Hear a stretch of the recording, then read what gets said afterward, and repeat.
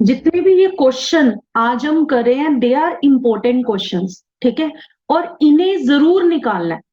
मतलब अगर मैं कहूं कि छांट के रख लो कौन सा क्वेश्चन है जो एक बार तो देखना ही पड़ेगा एग्जाम से पहले, तो वो वही क्वेश्चन होते हैं जब आप सोल्व करने बैठे हो तो आपको डिफिकल्ट लगते हैं, जिस क्वेश्चन में आपको डाउट है वही क्वेश्चन होता है जो आपको एग्जाम से पहले पढ़ना है।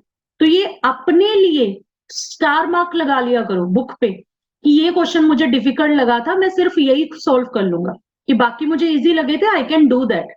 कि वो सिंपल फॉर्मूलाज एक बार कंसेप्ट कॉपी पढ़ लूंगी, एक बार कंसेप्ट कॉपी वाले क्वेश्चन सोल्व हो जाएंगे, तो मेरा आराम से रिवीजन हो जाएगी।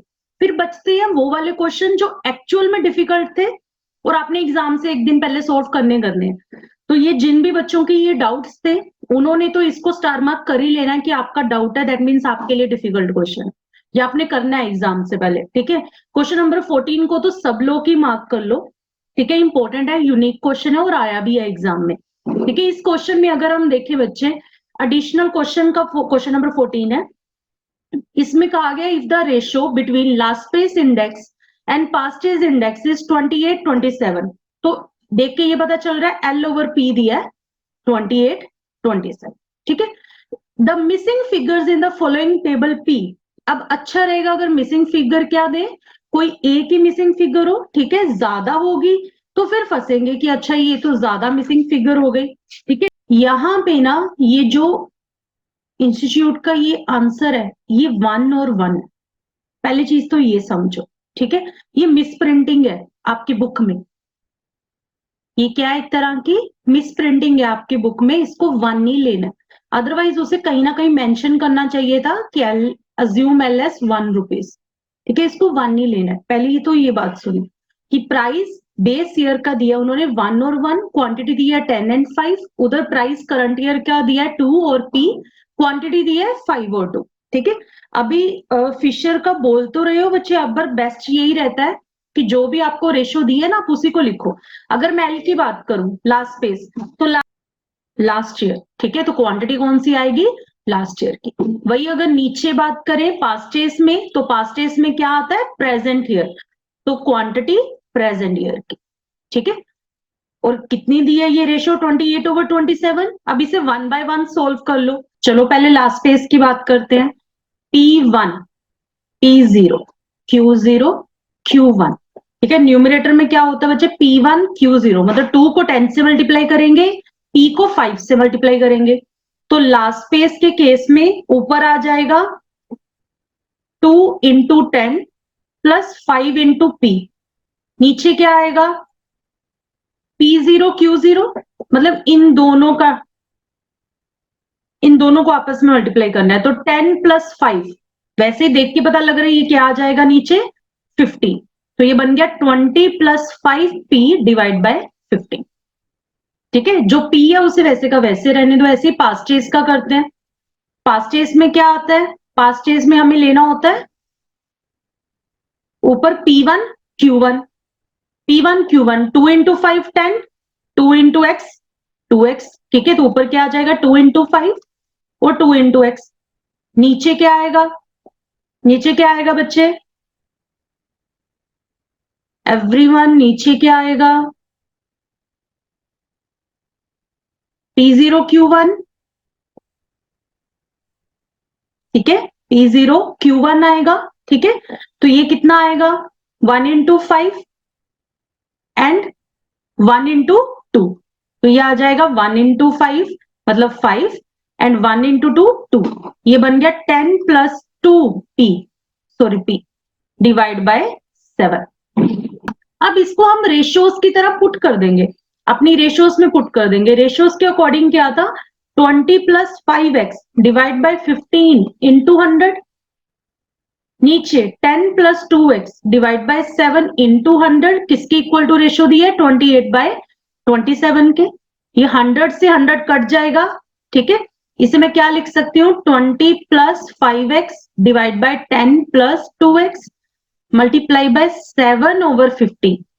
ये क्या हो जाएगा 20 प्लस 5x, एक काम करो यहीं पे रहने दो, ये जो चीज है ये उधर ले जाओ, क्या हो जाएगा फिर 28 ओवर 27 इंटू 15 ओवर 7 पोया 3 5 या 3 9 या, ठीक है। तो क्या हो जाएगा 20 plus 5x over 10 plus 2x, ये कितना आ गया ऊपर 20, नीचे कितना है 9। अब इसे क्रॉस मल्टीप्लाई कर दो, 9 into 20 plus 5p over 20 into 10 plus 2p is equal to, sorry क्या कर रही हूँ, is equal to 20 into 10 plus 2p। ये सब जगह पी कर ले, सोल्व कर लो बच्चे इसे। 180 प्लस 45p, ये बन गया 200 प्लस 40p, ठीक है। इसे सोल्व करेंगे तो इधर आ जाएगा 5p और यहाँ आ जाएगा 20। तो p का आंसर कितना आया 20 डिवाइड बाय 5 4। कौन सी ऑप्शन आएगी फिर, B option, 4 is the answer. अभी नेक्स्ट क्वेश्चन में जो डाउट था that was question number 35। Question number 35, with the base year 1960 the cost inflation index in 1972 stood at 250, ठीक है। मतलब 1972 की कॉस्ट इन्फ्लेशन इंडेक्स 250 दी हुई है। X was getting a monthly salary, मतलब कोई मिस्टर एक्स है जिसे मंथली सैलरी मिल रही थी 500 की 1960 में, 1972 में उसकी सैलरी बढ़ के कितनी होगी 750। In 1972 to maintain his standard of living in 1960 X has to receive an extra allowance. कहते जिस स्टैंडर्ड ऑफ लिविंग से वो रहता था इन द ईयर 1960, अगर वही स्टैंडर्ड वो आज के दिन पे भी फॉलो करे, 1972 में भी फॉलो करे, तो उसे कितना एक्स्ट्रा मिलना चाहिए। तो इनडायरेक्टली बच्चे ये क्वेश्चन कौन सा है, वही जो हम करते थे डेयरनेस अलाउंस वाला, कितना एक्स्ट्रा दे, एडिशनल सैलरी वाला, कितनी एडिशनल सैलरी दी जाए, ठीक है। तो यहां पे वो ये कह रहा है कि डीए, और जब मैं एडिशनल सैलरी कैलकुलेट करने को कहती थी वो हमेशा हम करंट से करते थे, ठीक है। तो यहां पे भी वही टेक्निक अपनाएंगे। क्या है बच्चे, रियल वेजेस कैसे निकलते हैं, एवरीवन क्या लिखते थे, एक जगह इंडेक्स, एक जगह उसकी सैलरी और ईयर्स, एक ईयर का नाम है 1960, एक ईयर का नाम है 1972, जो भी पता है बस उसे लिख दो। इंडेक्स की बात करें तो 1972 का इंडेक्स क्वेश्चन ने दिया है और सैलरी दी है 750 होगी ना 1972 में। वही अगर 1960 की बात करें, सैलरी दी है पर इंडेक्स नहीं दिया, तो ये दिया, ठीक है। अब अगर कहें कि रियल वेज निकालने हैं तो ये बच्चे रिकैलकुलेट करना होता है, और ये हम हमेशा अज्यूम कर सकते हैं एज अ 100। यहां तक सबको समझ में आ गया। फिर रियल वेज में हमने इसे रिकैलकुलेट करना होता है, salary of the current year according to the base year, salary of current year according to base year. इसी का मतलब होता है ना रियल वेजेस, कि अगर वही हालात, वही स्टैंडर्ड ऑफ लिविंग आज भी चल रहा हो करंट ईयर में, तो कितनी सैलरी देंगे। तो बच्चे कौन सा मेथड अपनाना होता है, इसे हम ये समझेंगे कि हमें दिया ही नहीं क्वेश्चन ने, और क्या मेथड अपनाएंगे, यूनिटरी मेथड। इससे 250 को 500 से मल्टीप्लाई करेंगे, जो भी आंसर आएगा उसे 100 से क्या कर देंगे, डिवाइड कर देंगे। हाँ, सैलरी कितनी निकल के आएगी फिर 1972 की सैलरी, ये आ जाएगी 250 into 500 divide by 100, that will be 1250। अब उसे ऑलरेडी कितनी मिल रही है, तो बताओ एडिशनल सैलरी कितने दे, ऑलरेडी कितनी मिल रही है, क्वेश्चन ने क्या बोला था 750 मिल रही है ऑलरेडी उसे करंट ईयर में, तो एडिशनल सैलरी कितनी देंगे बच्चे 500 रुपीज। हाँ बिल्कुल ठीक है, तो आंसर क्या आएगा 500 rupees, D is the answer. Next doubt था बच्चे 65 क्वेश्चन में आगे, इन 1996 the average price of a commodity was 20% more than in 1995 but 20% less than in 1994, the best way to solve any question। जो भी डेटा दिया लिख लो उसे एक बार। जैसे मुझे यहाँ पे 3 साल देखने में मिल रहे हैं कि हमने कंपैरिजन किया, एक तो 1996 का 1995 से, कि 1996 में 1995 के मुकाबले 20% ज्यादा सैलरी मिल रही है। वही हमने बात की 1996 की बात की, 1994 के मुकाबले 20% लेस सैलरी मिल रही। Moreover it was 50% more than in 1997। तो अल्टीमेटली यहाँ पे 4 साल घूम रहे हैं, तो हम उसे ना सीरीज में लिख लेते हैं, उन सभी 4 इयर्स को हम सीरीज में लिख लेते हैं। Like I will write here 1994, 1995, 1996, then 1997। ठीक है, तो अभी लाइन वाइज लिख देते हैं जो भी डाटा मिले। 1996 the average price of a commodity was 20% more than in 1995, मतलब 95 के मुकाबले 1996 में 20% से रेट बढ़ गए। 1996 में 20% से रेट बढ़ गए। ठीक है, आगे, बट 20% लेस देन इन 1994, पर 1994 से 20% लेस है। यही बोला ना क्वेश्चन है, 1994 से 1996 का प्राइस 20% लेस है। आगे बच्चे, moreover it was 50% more than in 1997, पर अगर हम इसकी 1997 की बात करें तो यहां 50% ज्यादा था 1996 में, मतलब हर साल को 1996 के रिलेशन में बोला गया। आगे क्वेश्चन ने बोला है यूजिंग 1995 एज अ बेस, तो ऑब्वियसली ये ना भी बोलता तो हम उसका प्राइस रिलेटिव क्या ज्यूम करते, 100। तो 1995 का प्राइस रिलेटिव है 100। तो बताओ कौन सा प्राइस रिलेटिव चुटकियों में इजीली निकल जाएगा, 1996 का। यस, कैसे निकलेगा, उसने बोला था 1996 का 1995 से 20% ज्यादा है, तो ऑब्वियसली इसका प्राइस रिलेटिव फिर कैसे आएगा बच्चे, 100 में क्या ऐड कर दूंगी, 20, मतलब 120। ये भी तो एक परसेंटेज ही होती है ना, ये याद है ना सबको, प्राइस रिलेटिव भी एक तरह की परसेंटेज ही होती है, उसके फॉर्मूला ही परसेंटेज जैसा है, तो उसमें 20% ऐड कर देंगे, तो इसका मतलब 1996 का प्राइस 120। एक आंसर तो सॉल्व हो गया। तो 120 देखो ऑप्शन ए में भी है, ऑप्शन सी में भी है, तो अब देखते हैं कि कौन सा आंसर होगा। प्राइस रिलेटिव निकालो, मतलब 120 120 तो हमारा मैच हो रहा है, 100 100 तो ऑब्वियसली सब में आएगा।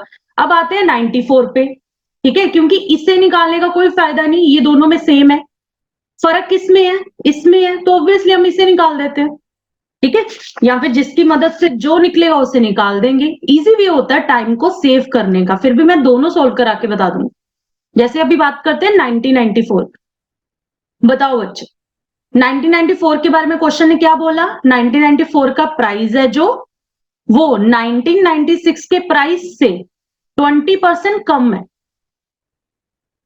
1996 के प्राइस से 20% कम है, तो इसे मैं ऐसे लिख सकती हूँ। एग्रीड एवरीवन, यही बोला ना क्वेश्चन है, 1994 के प्राइस में से 20% कम कर दो तब जाके 1996 का प्राइस बनता है। तो 1996 का प्राइस अभी निकाला हमने 120। ठीक है, तो लेफ्ट हैंड साइड तो क्लियर है, राइट हैंड साइड में ये नहीं पता 1994 का प्राइस रिलेटिव। ठीक है, ये क्या आ जाएगा 0.80। अब इसी से इक्वेशन सॉल्व कर लो, 1994 का प्राइस रिलेटिव कैसे सॉल्व होगा, 120 डिवाइड बाय 0.80, ये कितना आ जाएगा, ये आएगा 120 डिवाइड बाय 0.80 इक्वल टू 150। ठीक है, यहीं से पता लग रहा है कि ऑप्शन कौन सी है, ए। यहां से दिख रहा है कि मेरी ए ऑप्शन ही आंसर होगी। फिर भी हम 1997 को भी सॉल्व कर लेते हैं। ठीक है, 1997 को भी सॉल्व कर लेते हैं। अब आप भी ट्राई करो। 1997 के लिए कंडीशन क्या थी, 1997 का प्राइस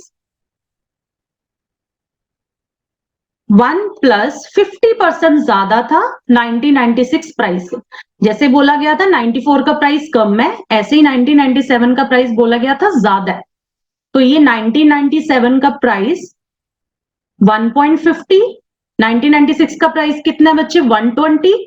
ठीक है, तो 1997 का प्राइस आ जाएगा 120 डिवाइड बाय 150, 1.50, तो ये आ जाएगा 120 डिवाइड बाय 1.5, 80। ठीक है, तो यहां से भी पता चल रहा है ए ही ऑप्शन। मैंने कहा था ना ये दोनों में सेम है, तो अपने ऑप्शंस को नैरो डाउन करने के लिए हमें सिर्फ 1994 को भी सॉल्व कर लेते तो हमारा आंसर हो गया था वहीं पे। क्वेश्चन, अगला क्वेश्चन था बच्चे 73, क्वेश्चन नंबर 73 बोल रहा है बच्चे बड़े ध्यान से सुनना, बहुत इंपॉर्टेंट क्वेश्चन है। और एक्चुअल में ना ये क्वेश्चन अगर मैं बोलूं तो इसमें प्राइस इंडेक्स का कोई रोल ही नहीं है। There is no role of price index. Pure math question, मतलब बच्चों वाला क्वेश्चन है। The price of a commodity increasing from 5 per unit in 1990 to 7.50 per unit in 1995। अब पूरे क्वेश्चन में 1990 और 1995 दिख रहा है, तो ऑब्वियसली अपने डाटा को नैरो डाउन कर देंगे ताकि कुछ भी हमें सॉल्व करने में दिक्कत ना आए। एक मैं लिख दूंगी ईयर 1990, एक लिख दूंगी ईयर 1995। क्या दिया अभी तक क्वेश्चन है? प्राइस। क्या बोला प्राइस के बारे में? 1990 में अगर ₹5 था तो 1995 में बढ़ के 7.50 हो गया, तो ये 5 से 7.50 हो गया। आगे बोला है the quantity consumed decrease from 120 to 90। तो एक हमें क्वेश्चन ने दी है क्वांटिटी, वो बोला है 120 से डिक्रीज होके 90 हो गया, मतलब प्राइस बढ़ा है, क्वांटिटी डिक्रीज हो गई। आगे the price and quantity in 1995 are 150% and 75%। वो मतलब उसने जो बोला है उसके कहने का ये मतलब है कि अगर हम ये कहें कि प्राइस कितने गुना हो गया, प्राइस कितने गुना हो गया, जैसे प्राइस की रेशो अगर बोलूं, प्राइस की रेशो, तो प्राइस 1995 और 1990 का कंपैरिजन करते हैं। 95 में 7.50 है, पुराना 5 था, तो हम ये बोल सकते हैं ना बच्चे 7.50 डिवाइड बाय 5 1.5, मतलब इतने मल्टीप्लाई हो गया, इतने गुना बढ़ गया, इतने ज्यादा हो गया, इतने गुना ज्यादा हो गया आगे से प्राइस। वही क्वेश्चन ने बोला 150% हो गया। ऐसे ही अगर हम क्वांटिटी की बात करें, क्वांटिटी 75% हो गई है, मतलब क्वांटिटी की रेशियो की अगर बात करें 90 डिवाइड बाय 120 0.75, वही क्वेश्चन ने बोला है 75%। अब देखो आगे क्वेश्चन बोल क्या रहा है, therefore the product of the price ratio and quantity ratio, very silly question, मतलब बहुत ही मतलब बच्चों वाला क्वेश्चन है। कहता price ratio multiply by quantity ratio बताओ। यही तो सर आपने बोला है 150 गुना 75, 1.50 मल्टीप्लाई बाय 0.75, देखो कितना आता है 1.5 मल्टीप्लाई बाय 0.75, 1.5 मल्टीप्लाई बाय 0.75, 1.125। बताओ ये कोई क्वेश्चन है? इतना सिंपल सा क्वेश्चन है, खुद ही दिया, बस डाटा को उसने लिखा इस तरीके से कि हमें ऐसा लगता है कि पता नहीं क्या ही होगा। ठीक है, उसने वही तो बोला किसी चीज की रेशो क्या होगी, बताओ रेशो क्या होती है? करंट ओवर बेस, यही तो पढ़ रहे हैं पूरे इंडेक्स चैप्टर में, और पढ़ाया क्या जा रहा है? Current over base into 100, ratio ही तो है एक तरह की। तो वही प्राइस रेशो निकाल दी, वही क्वांटिटी रेशो निकाल दी, उसका प्रोडक्ट पूछा है, प्रोडक्ट मतलब मल्टीप्लीकेशन पूछा है, तो हमने मल्टीप्लाई कर दिया। डन, में आंसर क्या आ जाएगा? बी। अगला क्वेश्चन है बच्चे 75 क्वेश्चन, क्वेश्चन नंबर 75 देखो। पहली बात तो ये, कई बार क्वेश्चन ये नहीं बताता है which method to be used, कौन सा मेथड यूज कर, but you have to see the data. Data क्या दिया, जैसा डाटा दिया वैसे ही फॉर्मूला यूज होगा। ठीक है, तो कॉस्ट ऑफ लिविंग इंडेक्स अगर बोला है तो हमें दूर से दिख के पता चल रहा है वेट्स दिए हैं क्वेश्चन ने, इंडेक्स नंबर दिए। एक हमने फॉर्मूला पढ़ा था, product of weights divide by sum of weights, मतलब ऊपर sum of product of weights, नीचे sum of weights. Product of weights का मतलब क्या होता था? Weight multiply by index number, WI divide by W। आया फॉर्मूला याद? जैसे हम कहीं कहीं पे IW भी लिखते हैं, IW divide by W, products का सम, नीचे वेट्स का सम, वेटेड एवरेज का फॉर्मूला। ठीक है, तो करना क्या है, ऊपर प्रोडक्ट्स का सम करना है, नीचे वेट्स का सम करना है। जैसे अगर यहाँ पे मैं करके बताऊं 241 इंटू 50, इसे कर देंगे m plus 21 into 2, m plus 3 into 204, 3 into 204। चलो इसे m प्लस कर दिया हमने। ठीक है, 29 इंटू 179 m प्लस, MRC किया, कितना आ गया 21,991। तो प्रोडक्ट कितना आ गया 21,991। नीचे वेट्स का टोटल लगाओ, ये आ जाएगा 100, तो इसे डिवाइड कर देंगे 100 से, क्या आंसर आया 219.91। अब आपको सेल्फ डाउट आ रहा होगा कि आपने गलत किया है, पर बच्चे आपने गलत नहीं किया, यही आंसर आना है, इसलिए बच्चे आंसर क्या आएगा? D, none. देख लेते हैं इसका आंसर क्या है 75 का। हाँ ये देखो डी है, none.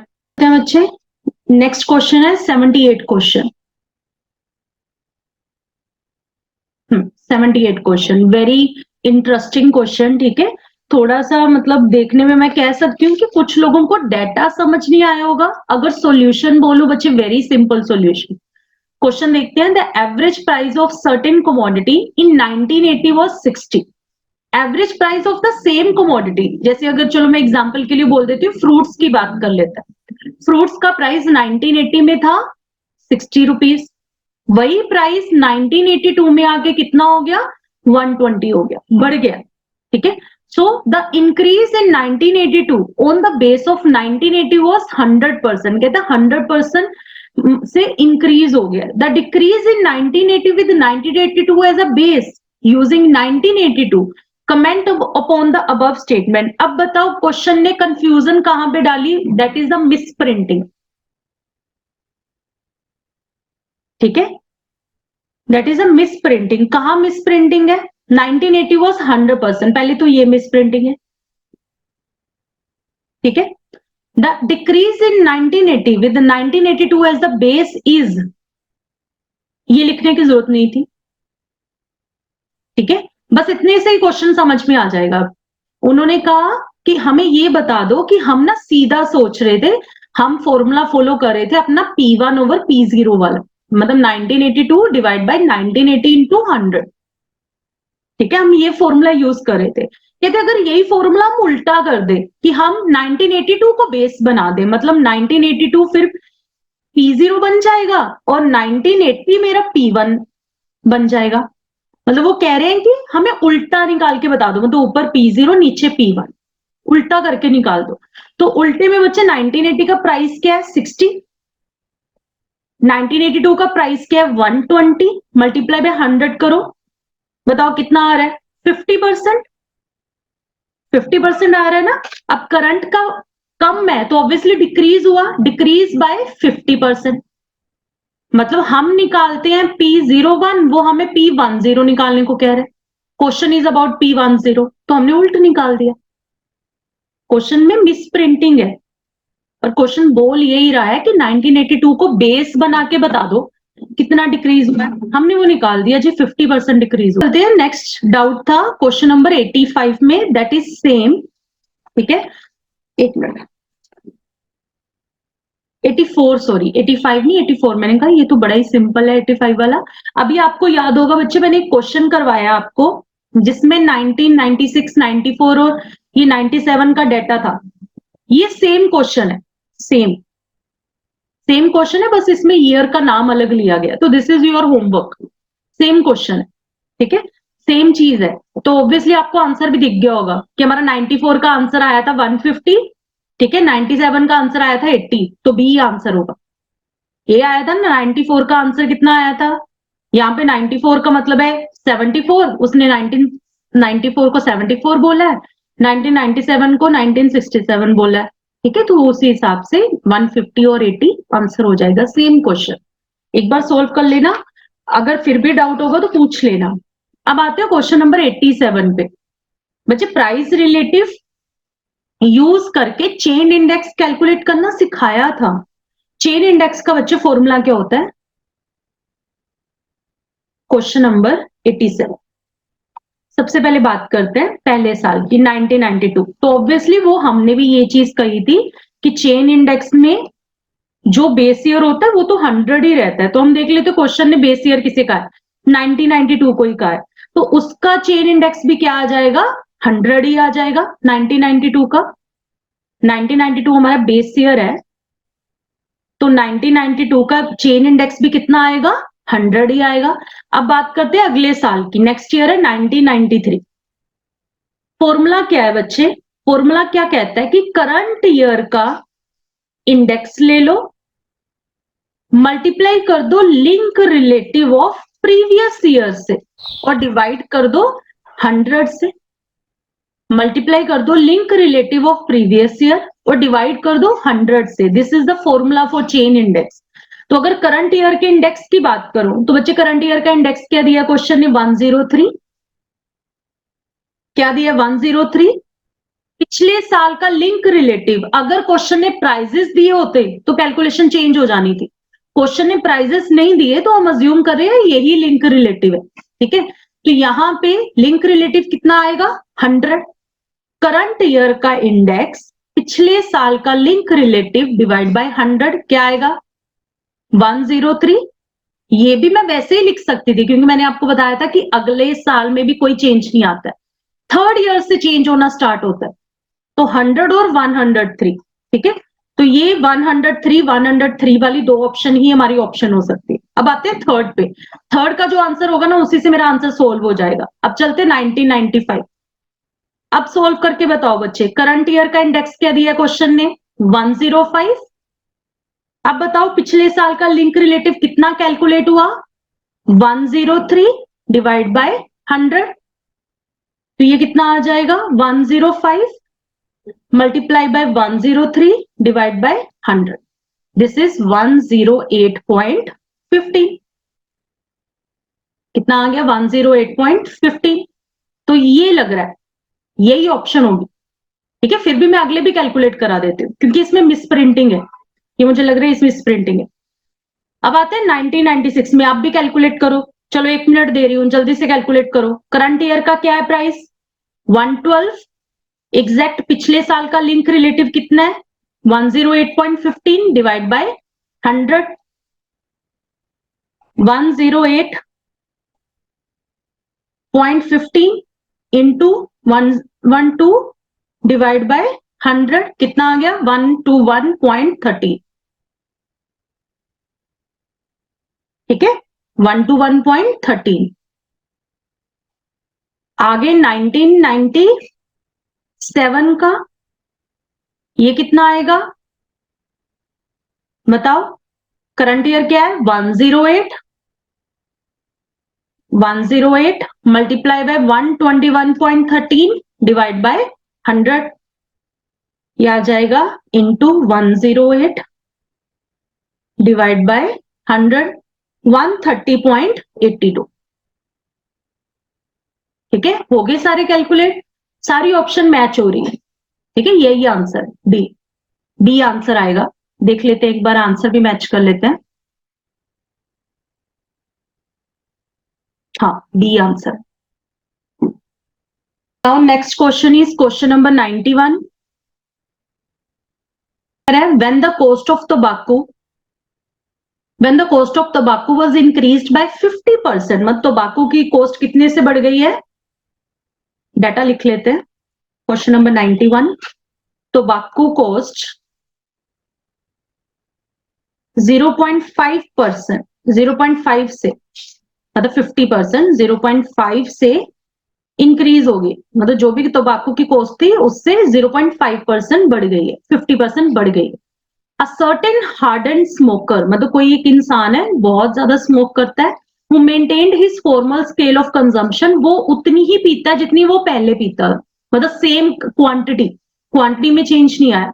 said that rice had increased his cost of living, कहते कि ये जो इतना 50% महंगी कर दी ना टोबैको, उसकी वजह से मेरी लिविंग कॉस्ट में, मेरी मतलब अगर मैं बोलूं कि जेब खर्च में कितने ज्यादा पैसे खर्च हो रहे हैं, तो सिर्फ 0.05% पैसे, 5% पैसे ज्यादा खर्च हो, मतलब सिगरेट महंगी हुई है, टोबैको महंगा हुआ है 50% से, पर उसका खर्चा सिर्फ 5% से बढ़ा है, कॉस्ट ऑफ लिविंग, ठीक है। तो मैं टोबैको को यहाँ पे टी मान रही हूँ, कॉस्ट ऑफ लिविंग को मैं एल मान रही हूँ। तो इसका मतलब, उसके कहने का मतलब है कि मैं अगर एक टोबैको का पैकेट खरीदने जाऊंगा तो मुझे 5% ज्यादा खर्चा आ रहा है, पर गवर्नमेंट ने टोबैको का रेट 50% से बढ़ा दिया। तो अब ये इनका लिंकेज क्या होगा, वो कह रहा है before the change in price the percentage of his cost of living was due to buying tobacco is, कहते कि उसकी कितनी कॉस्ट ऑफ लिविंग है जो टोबैको में जाती है। अगर मैं बोलूं, मान लो उसके पास 100 रुपीज है, मिस्टर एक्स के पास टोटल, उसमें से सिर्फ 5 रुपीज एक्स्ट्रा खर्चने पड़ रहे हैं उसे, रुपीज अब एक्स्ट्रा खर्चने पड़ रहे हैं बिकॉज गवर्नमेंट ने 50% से तंबाकू का रेट बढ़ा दिया। मतलब अगर वो अपनी डेली लाइफ में सिर्फ 100 रुपीज खर्चता था तो अब उसे 105 खर्चने पड़ रहे हैं। तो ये तो एक्स्ट्रा अमाउंट बताई ना। वो कह रहे हैं कि पूरी रियल अमाउंट बताओ कि वो कितने खर्चता था, कितने परसेंट खर्चा करता है इस चीज पे। वो कि आपने एक्स्ट्रा तो बता दिया कि अब से 5% ज्यादा खर्चा होगा, एक्चुअल परसेंटेज बताओ कि उसकी एक्चुअल परसेंटेज क्या है। तो बच्चे आप मुझे एक चीज बताओ, अगर किसी चीज का प्राइस मैंने 0.5 से बढ़ा दिया, उसकी वजह से आपके लिविंग पे 0.05 का असर हुआ है, तो आपको नहीं लगता ये असर सेम होना चाहिए?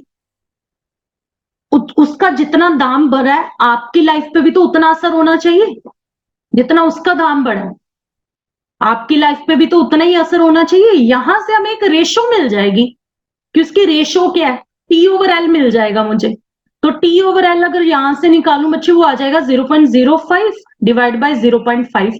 तो हमें एक रेशो पता लग गई कि मेरे लिविंग लाइफ में तंबाकू का कितना परसेंटेज है। अगर इसे सोल्व करूं इट विल कम अराउंड 110, 1/10 आएगा। ठीक है, अब क्वेश्चन ने रेशो पूछी होती तो मैं लिख देती 1/10। क्वेश्चन परसेंटेज पूछ रहा है तो ऑब्वियसली इसे किससे मल्टीप्लाई करूंगी, 100 से। तो कितना आंसर आ जाएगा, 10%।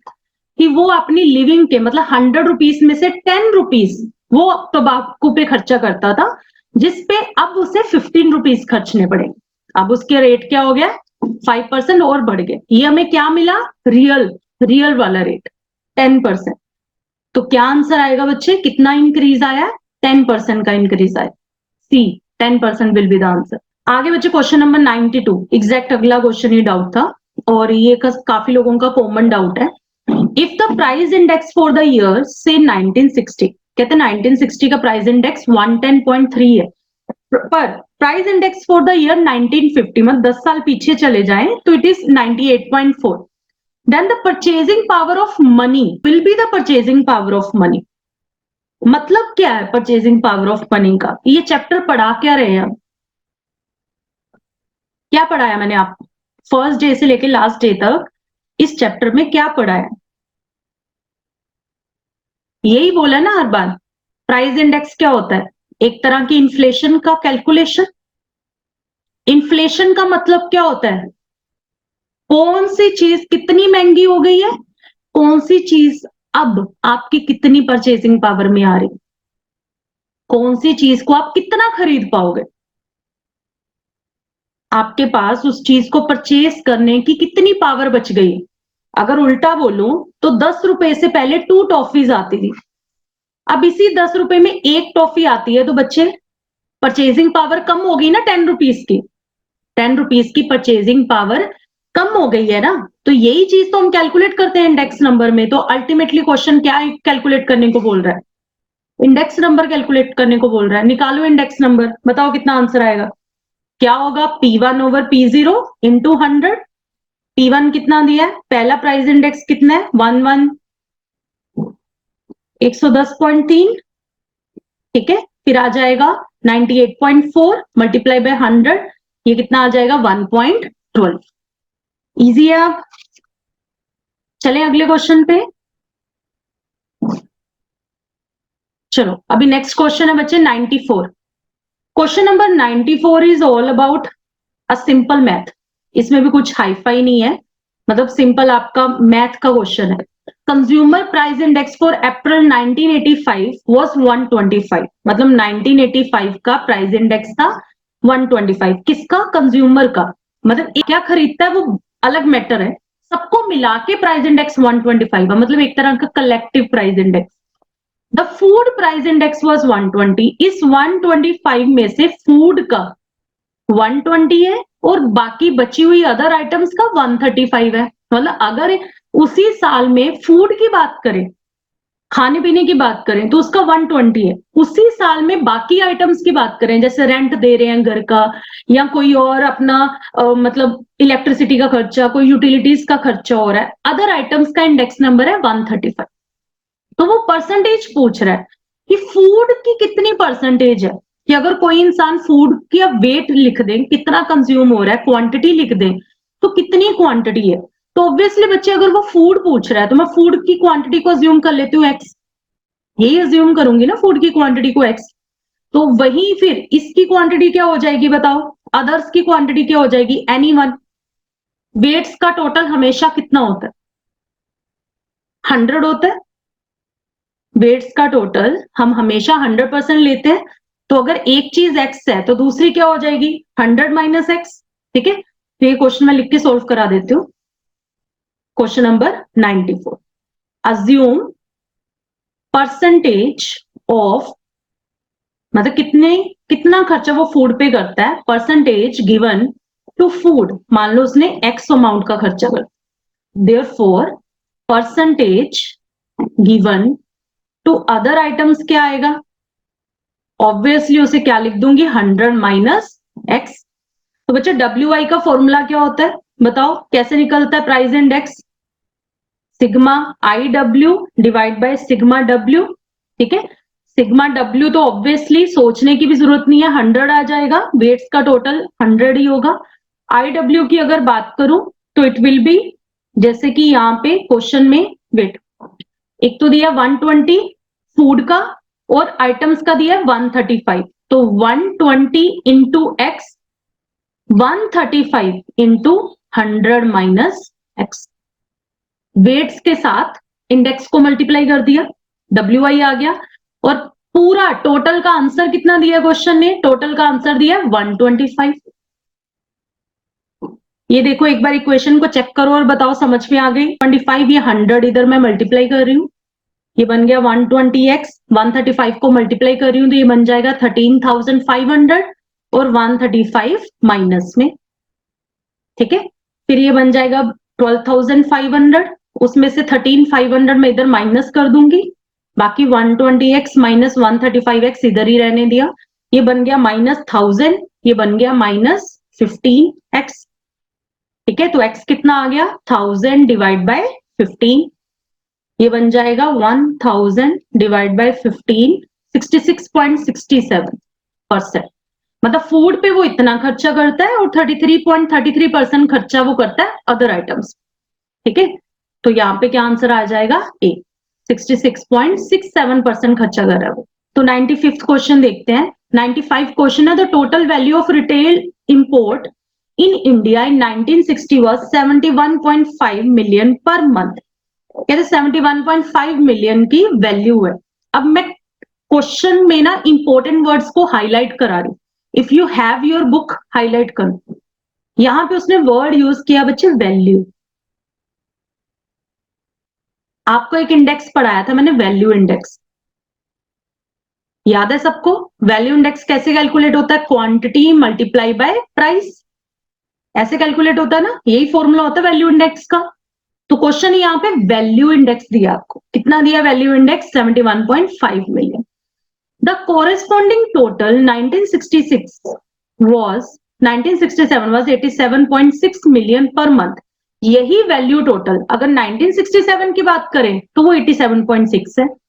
अब आगे आते हैं index of volume of retained import. Volume के लिए और कौन सा वर्ड यूज किया जा सकता है, क्वांटिटी बोल सकते हो, वॉल्यूम को बच्चे क्वांटिटी बोला जा सकता है। वॉल्यूम उन्होंने दिया है 1960 का 62। ठीक है, the price index for retained input for the 1967 as a 1960 as a base. तो उसने वॉल्यूम, वैल्यू और क्वांटिटी का डाटा दिया है और आपसे पूछ क्या रहा है, प्राइस। आपसे पूछ क्या रहा है, प्राइस। मतलब ये गिवन है, ये गिवन है, और क्या पूछा जा रहा है, प्राइस पूछा जा रहा है। तो सबसे पहला काम मैं कर लूंगी, मैं डाटा लिख दूंगी, जो भी डाटा गिवन है मुझे। ठीक है, तो डाटा की अगर बात करूं बच्चे, डाटा दिया गया 1960 और 1967 का।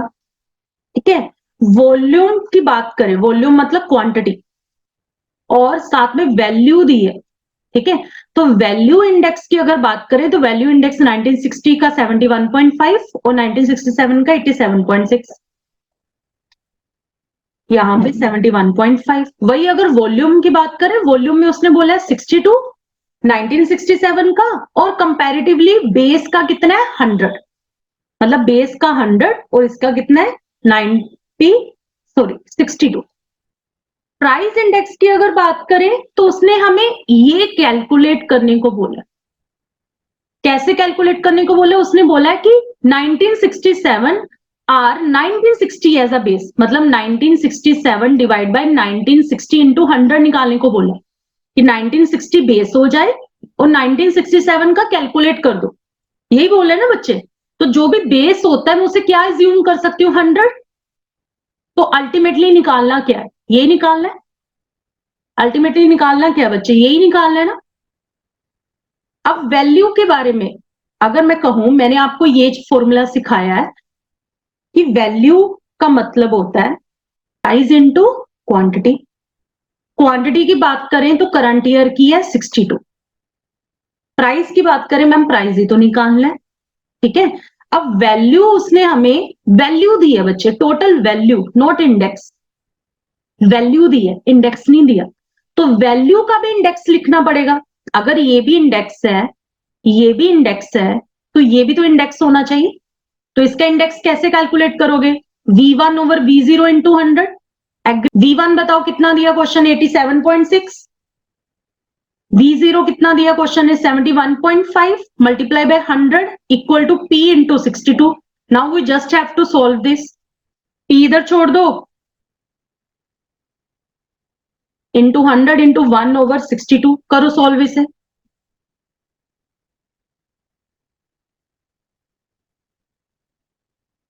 ये आ जाएगा 87.6 डिवाइड बाय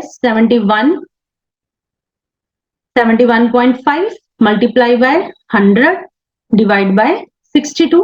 तो P आ गया 1.9760। ठीक है, तो ऑब्वियसली मुझे इसे भी 100 से मल्टीप्लाई करना पड़ेगा क्योंकि इंडेक्स है। तो आंसर क्या आ जाएगा? 197.60। बी आएगा, बी आंसर आएगा। Question number 96। During the certain period of cost inflation index goes up from 110 to 200। cost inflation index अगर 110 था तो वो बढ़ के 200 हो गया। And the salary of a worker is also raise, salary भी बढ़ गई है। अगर पहले 330 थी अब 500 होगी। Then the real term is, जब बच्चे एक तो वो क्वेश्चन बोलता है रियल वेजेस, उसमें हमने सीखा है यूनिटरी मेथड। यूनिटरी मेथड सीखे ना। अगर ऐसा होता क्वेश्चन तो मैं सिंपली क्या करती, इससे इससे मल्टीप्लाई करती और इससे डिवाइड कर देती, तो मेरा आंसर आ जाना था। अब क्वेश्चन ने बोला कि रियल टर्म में ये बताओ लॉस कितना हुआ। अब लॉस में पिक्चर चेंज हो जाती है। लॉस में उसके कहने का मतलब है इससे भी रिकैलकुलेट करो, इससे भी रिकैलकुलेट करो, रिकैलकुलेट करके बताओ कि एक्चुअल में लॉस हुआ कितना। मतलब दोनों का रिलेटिव, दोनों का रिलेटिव। अगर मैं कहूं फर्स्ट ईयर की बात करूं, मतलब बेस ईयर की, चलो इसे फर्स्ट ईयर नहीं, हम बेस ईयर लिखेंगे। बेस ईयर की बात करते हैं। बेस ईयर में कोई चीज 330 हो गई, ठीक है, तो उसका अगर देखें तो एक्चुअल में इसके हिसाब से वो 300 होनी चाहिए, रियल में कैलकुलेट करें तो। अगर रियल में कैलकुलेट करें, ऐसे ही करंट ईयर का अगर बच्चे कैलकुलेट करो तो ये 500 divide by 200 into 100 it will be come amount 250। मतलब रियल टर्म्स में अगर कैलकुलेट करें, अगर उसे किसी और बेस ईयर से कैलकुलेट करें, किसी और बेस ईयर को 100 मान के कैलकुलेट करें, तो देखना आप एग्री करोगे मैम ऐसे ही कैलकुलेट होगा, फिर ऐसे ही कैलकुलेट होगा। ठीक है, तो इसका मतलब हम जब उसे एक रियल टर्म में कंपेयर करें, अगर अभी भी आपको समझ नहीं आया, मैं एक बार दोबारा लिख के समझा रही हूँ बेटा, मैं अभी बताती हूँ क्या किया। हमने हर साल को कंपेयर करना, उसने दो तरह का डाटा दिया है, एक दिया 110 330, एक दिया 200 500। मतलब ये इंडेक्स है, ये वेजेस। हमने इसको भी किसी साल से कंपेयर करना है, इसको भी किसी साल से कंपेयर करना है। तो यूनिटरी मेथड क्या बोलता है? मल्टीप्लाई करो, डिवाइड करो। मतलब 100 multiply by 330 divide by 110। Same चीज नीचे बच्चे, ठीक है, ये क्या हो जाएगा? 100 मल्टीप्लाई बाय 500 डिवाइड बाय 200। तो दोनों केस में मुझे रियल वेज मिल गया ना, दोनों केस में मैंने रियल वेज कैलकुलेट कर लिया। अब बताओ क्या फर्क पड़ा अगर रियल टर्म्स में बात करें तो? बेस ईयर में 300, करंट ईयर में 250। मतलब कितने का लॉस हुआ? 50 का। 50 का डिक्रीज आ गया। 300 पहले था बेस ईयर में, अब कम होके 250 हो गया। तो आंसर क्या आएगा? लॉस बाय 50 कि बच्चे, और एक क्वेश्चन में डाउट था, इट वाज अ वेरी मतलब नॉर्मल सा छोटा सा डाउट है, तो मैं अभी उसे सॉल्व कराने पे नहीं जाऊंगी। बच्चे का आंसर नहीं आया था क्वांटिटी इंडेक्स का। क्यों नहीं आंसर आया बच्चे? आप ना फिशर का नाम सुन के ना आपने सीधा ना वो लगा दिया होगा प्राइस इंडेक्स वाला फॉर्मूला। नहीं, उसने क्वेश्चन ने बोला क्वांटिटी इंडेक्स। क्वांटिटी इंडेक्स में मैंने क्या सिखाया था? होता तो है एल इंटू पी। फॉर्मूला क्या बन जाएगा? जहां पे sigma P N Q zero आता था वहां पे आएगा क्यू एन क्यू जीरो। ऐसे ही पास्ट टेंस में भी क्यू एन क्यू जीरो। फिर लास्ट टेंस पास्ट टेंस में किस चीज का फर्क होता है? लास्ट टेंस बात करता है पास्ट ईयर की और पास्ट टेंस बात करता है प्रेजेंट की, करंट की। तो यहां पे प्राइस आनी है पास्ट ईयर का, यहां पे प्राइस आना है करंट ईयर का। This will be the formula for quantity index. ये चीज मैंने समझाई है पहले भी कि क्वांटिटी इंडेक्स में ये फॉर्मूला यूज होना है। अब इसे सोल्व करोगे तो मैं आपको आंसर लिख के दे देती हूँ। इसका टोटल आएगा बच्चे 50, इसका टोटल आएगा 78, then 208, then 240, then your answer will be 78.93। D answer आएगा। All you had made the mistake कि आपने फॉर्मूला गलत यूज किया। ठीक है, question number 98, it's just a new formula. New formula भी नहीं है। उसने बोला then index numbers from GM method, geometric mean method. करना क्या था? कुछ नहीं करना। ए का इंडेक्स नंबर निकालो, डी का इंडेक्स नंबर निकालो। जैसे ए का इंडेक्स नंबर निकालूंगी तो क्या आ जाएगा बच्चे? 55 divide by 25 into 100, P1 over P0। B का इंडेक्स नंबर निकालूंगी तो क्या हो जाएगा? 45 डिवाइड बाय 30 इंटू 100। ठीक है, ये कितना आ जाएगा? 55 डिवाइड बाय 25 इंटू 100, 220। और बी का आ जाएगा 45 divide by 30 into 100, 150। Now you have two digits, एक दी है 220, एक दी है 150। निकालो उसका जीएम। जीएम कैसे निकलता है? डिजिट्स को मल्टीप्लाई करो, पावर से पावर ले लो। जितने नंबर ऑफ डिजिट्स हैं, 2 डिजिट्स हैं तो मैंने 2 पावर में ले लिया। तो करना क्या अल्टीमेटली? 150 मल्टीप्लाई बाय 220, 1/2 का मतलब स्क्वायर रूट ले लिया। क्या आंसर आएगा? 181.66। बताओ क्या डिफिकल्ट है? A expectancy E of male of a linear function of time year. कहते कि मतलब टाइम के अकॉर्डिंग अगर चलें, किसी की एज को देखें कि वो कितने साल जीता है।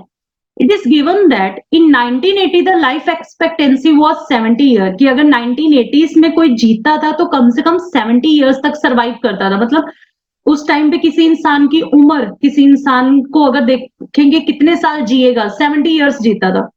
वही 2000 में आके ये 75 हो गया, मतलब बढ़ गया आगे से। Make a prediction of life expectancy is 2012। कहते हैं ये प्रेडिक्शन करो कि 2012 में कितना होगा। तो अगर देखा जाए तो उन्होंने बोला है कि ईयर 1980 और 2000 के बारे में, कि अगर किसी इंसान की एज मैक्सिमम 1980 में 70 इयर्स होती थी तो 2000 में वही चीज 75 इयर्स होगी। मतलब 5 साल का इंक्रीज आया है over a 20 year timing. Over a 20 year timing 20 सालों में 5 इयर्स का इंक्रीज आया। तो how much change will be over 1 year? How much change will be over 1 year? एक ईयर के हिसाब से अगर मैं कैलकुलेट कर लूं तो that will be 5 divide by 20। ऐसे ही निकलेगा ना कि अगर कोई इंसान 20 सालों में 5 साल ज्यादा जीता है तो उसका वो एक साल में कितने साल ज्यादा जिएगा। तो it's a pure math, 5 divide by 20। अब क्वेश्चन ने बोल दिया कि ये मैंने बताया, आप एक काम करो, आप कैलकुलेट करके दो कि 2012 में क्या प्रिडिक्शन होगी, how much year the person will survive. तो 2012 का मतलब हो गया 2000 से 12 साल बाद, after 2 years, after 12 years, 12 years के बाद। तो एक साल तो हमने निकाल ही लिया। तो लाइफ एक्सपेक्टेंसी आफ्टर 12 इयर्स क्या होगा? आफ्टर 12 ईयर क्या होगा? That will be 5/20 multiply by 12। यही होगा ना, हमने एक साल का निकाल लिया, उसे 12 इयर्स से मल्टीप्लाई कर दो तो it will be very simple, the answer will B 3, है ना? 3 आ जाएगा। तो बताओ कितनी लाइफ कितनी लिखूं? उसने ये नहीं बोला कितने से बढ़ जाएगी, उसने पूछा कैसी लाइफ होगी। तो द लाइफ एक्सपेक्टेंसी कितनी होगी? अगर 2000 में वो थी, अगर 2000 में थी 75, हमने 2000 से कंपेयर किया ना, तो मैं 75 में 3 ऐड कर दूंगी तो कितना आएगा? 78 ईयर्स। कि अब लाइफ एक्सपेक्टेंसी कितनी हो गई है? 78 ईयर्स। तो इसका आंसर आएगा ultimately, the answer would be A, 78।